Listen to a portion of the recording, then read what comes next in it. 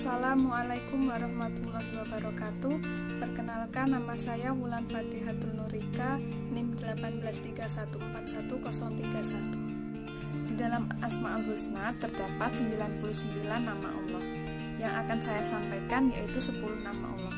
Yang pertama ada Al-Khaliqu, yang artinya Maha Menciptakan, Al-Bari'u, yang Maha Mengadakan, Al-Musawwiru, yang Maha Pemberi bentuk, Al-Ghaffaru, yang Maha Pengampun, Al-Qaharu, yang Maha Memaksa, Al-Wahhabu, yang Maha Memberi, Ar-Razzaqu, yang Maha Pemberi rezeki, Al-Fattahu, yang Maha Pembuka pintu rahmat, Al-Alimu, yang Maha Mengetahui, dan yang kemudian ada Al-Qabidu, yang Maha menyempitkan rezeki, Al-Basitu, yang Maha melapangkan rezeki.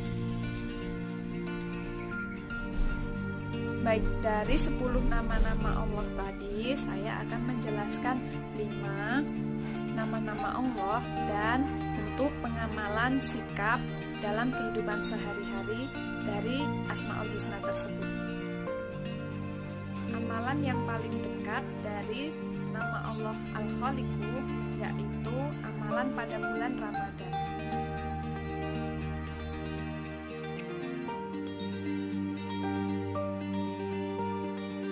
Hanya Allah yang menciptakan semua makhluk di bumi dengan berbagai macam masalah, bahkan berbagai macam hikmahnya pula.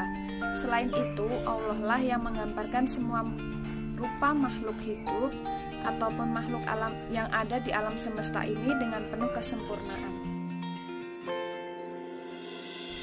Meneladani nama Allah yang pertama yaitu Al-Khaliq, menciptakan hal-hal baru yang lebih inovatif.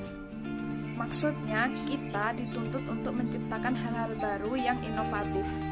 Hal ini diperlukan karena proses tercapainya sesuatu itu memerlukan pengetahuan dan kemampuan. Pengetahuan dan kemampuan itulah yang harus diberdayakan dalam rangka menghasilkan produk-produk baru yang inovatif.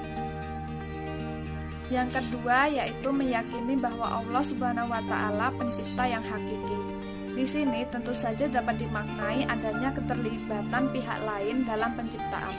Sementara ayat Al-Quran yang menggunakan redaksi khalaqtu yang artinya aku menciptakan berarti mutlak kuasa dan wewenang adalah Allah Subhanahu wa Ta'ala.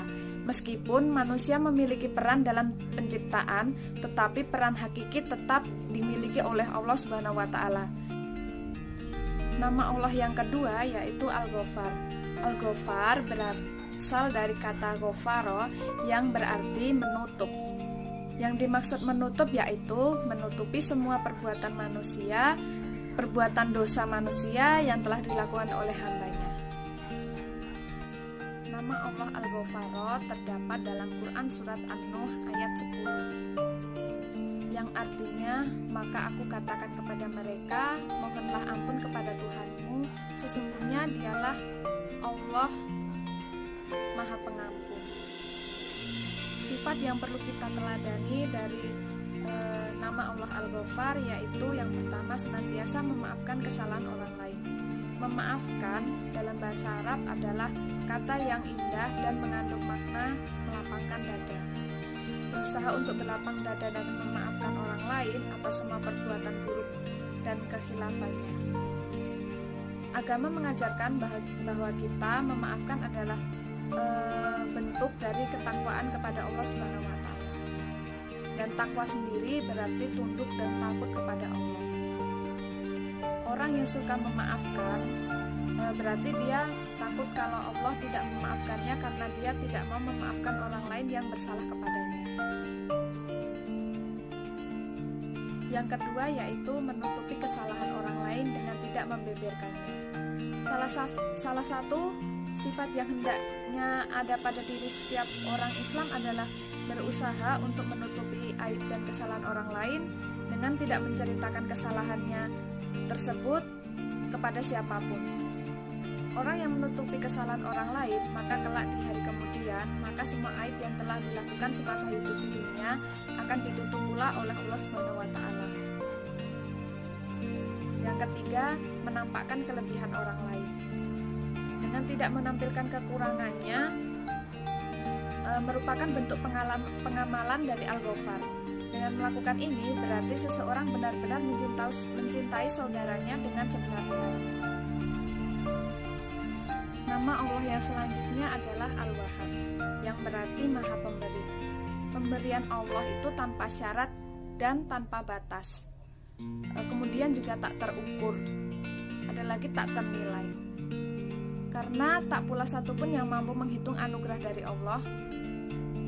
Kemudian contoh pengamalan Asmaul Husna Al-Wahhab ini dalam kehidupan yaitu jika kita diberikan karunia dari Allah yang lebih seperti harta yang banyak, kepandaian, akal dan pikiran yang jernih, maka saat ada orang lain yang membutuhkan karunia yang kita miliki, sebaiknya kita juga memberikan sebagian karunia kita untuk orang tersebut.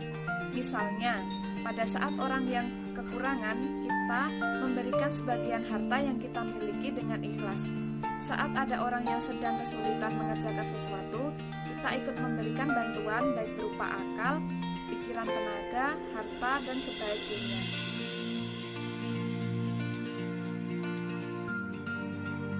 Baik, di sini saya akan menyampaikan perilaku terpuji.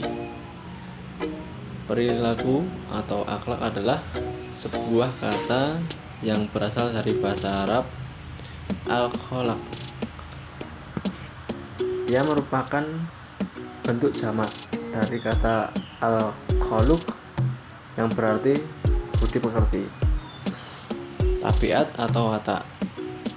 Selanjutnya arti ini sering dipadakan atau disinonimkan dengan kata etika, moral, kesusilaan, atau tata krama, atau sopan santun. Selanjutnya yaitu mencontohkan perilaku hormat dan santun kepada guru.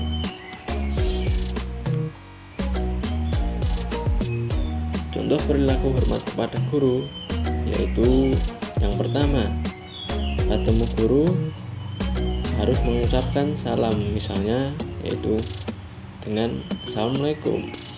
Yang kedua, mintalah izin ketika hendak keluar kelas. Yang ketiga, ketika guru sedang menjelaskan pelajaran, maka duduklah dengan tertib dan tenang. Yang keempat, dengarkan apa saja yang dijelaskan oleh guru, tidak berbicara sendiri dan membuat gaduh. Baik, yang kelima, melaksanakan perintah guru, misalnya ketika disuruh belajar, maka melaksanakan belajar, diberikan tugas, maka dilaksanakan dengan baik. Yang keenam, yaitu bertanyalah dengan sopan ketika ada materi yang perlu ditanyakan. Baik, selanjutnya yaitu contoh perilaku santun kepada guru. Yang pertama, berperilaku rendah hati terhadap guru. Yang kedua, berperilaku menyenangkan hati guru dengan mentaati perintahnya. Yang ketiga, berperilaku tidak menyakiti hati guru dengan rajin belajar. Yang keempat, berperilaku tidak merendahkan martabat guru. Selanjutnya yaitu menampilkan perilaku sopan dan santun kepada tetangga. Hak dan kewajiban kita kepada tetangga. Yang pertama yaitu memelihara agama Islam dengan tetap menyembah Allah. Yang kedua, tidak mempersekutukan Allah. Yang ketiga, senantiasa berbuat baik kepada tetangga. Yang keempat, tidak mengganggu ketenangan tetangga. Yang kelima, senantiasa memuliakan tetangga. Selanjutnya yaitu menampilkan perilaku sopan dan santun kepada tetangga. Yang pertama yaitu tidak menyakiti tetangga dengan ucapan atau perbuatan. Yang kedua, berbuat baik dengan menolongnya jika ia meminta pertolongan. Yang ketiga, membantu tetangga jika ia meminta bantuan. Yang keempat yaitu menjenguk tetangga jika ia sakit. Yang kelima, menghargai dan memuliakan tetangga. Yang keenam, jika mempunyai kelebihan makanan, kita memberikannya. Yang ketujuh, tidak merusak pagar dan tanaman tetangga. Yang kedelapan, mengucapkan selamat jika ia mendapat kebahagiaan. Yang kesembilan, menghibur tetangga jika ia mendapat musibah. Yang ke-10, mengucapkan salam untuknya. Selanjutnya yaitu memaafkan kesalahan yang dilakukannya. Selanjutnya, bersikap dermawan dengan memberikan kebaikan kepadanya. Selanjutnya, yang terakhir, tidak mendiamkan atau memutuskan hubungan lebih dari 3 hari. Cukup sekian dari saya. Apabila ada salah, saya ucapkan mohon maaf sebesar-besarnya. Assalamualaikum warahmatullahi wabarakatuh. Perkenalkan, nama saya Siti Hanifah Al-Huda, NIM 183141037. Di sini saya akan melanjutkan materi yang berjudul Perilaku Pemaaf. Allah Subhanahu wa taala berfirman, "Innallaha yuhibbut tawwabina wa yuhibbul mutatahhirin." Yang artinya, Allah menyukai orang-orang yang bertaubat dan menyukai orang-orang yang menyucikan diri. Quran surat Al-Baqarah ayat 222.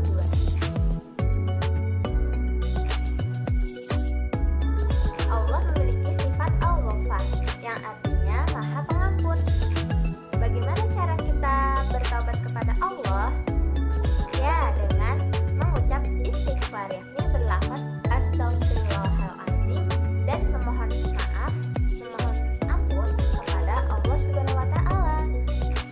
Seberapa besar kesalahan yang kita perbuat, memohon maaflah kepada Allah Subhanahu wa taala yang memiliki sifat Al-Ghafar.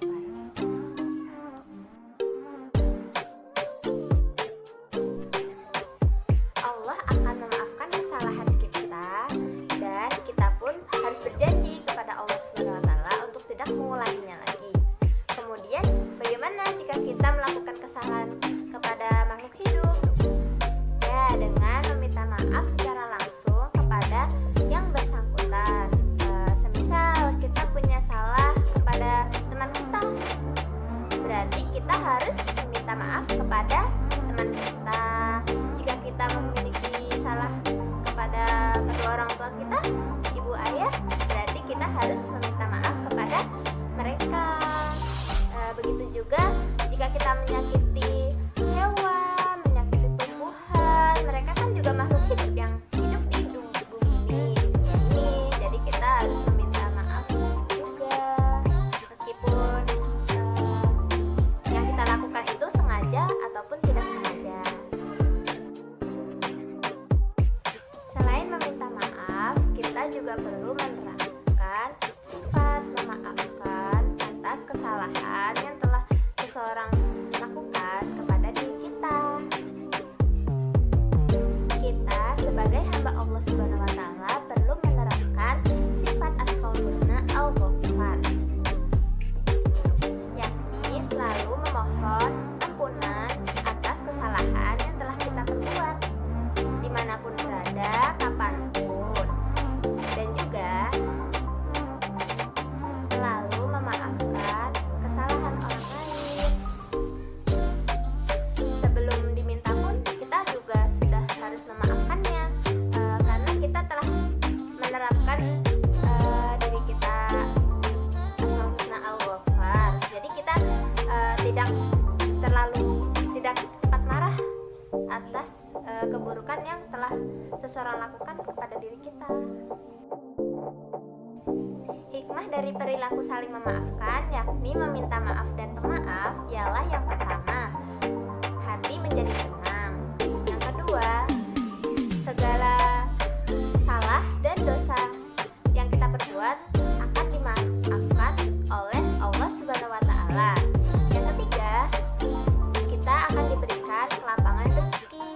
Yang keempat, kita selalu memiliki sikap rendah hati dan tidak mudah sombong. Cukup sekian presentasi dari kelompok kami. Mohon maaf bila ada salah dan kurangnya, itu datangnya dari kami, sedangkan apa yang kami ucapkan itu benar datangnya dari Allah Subhanahu wa taala.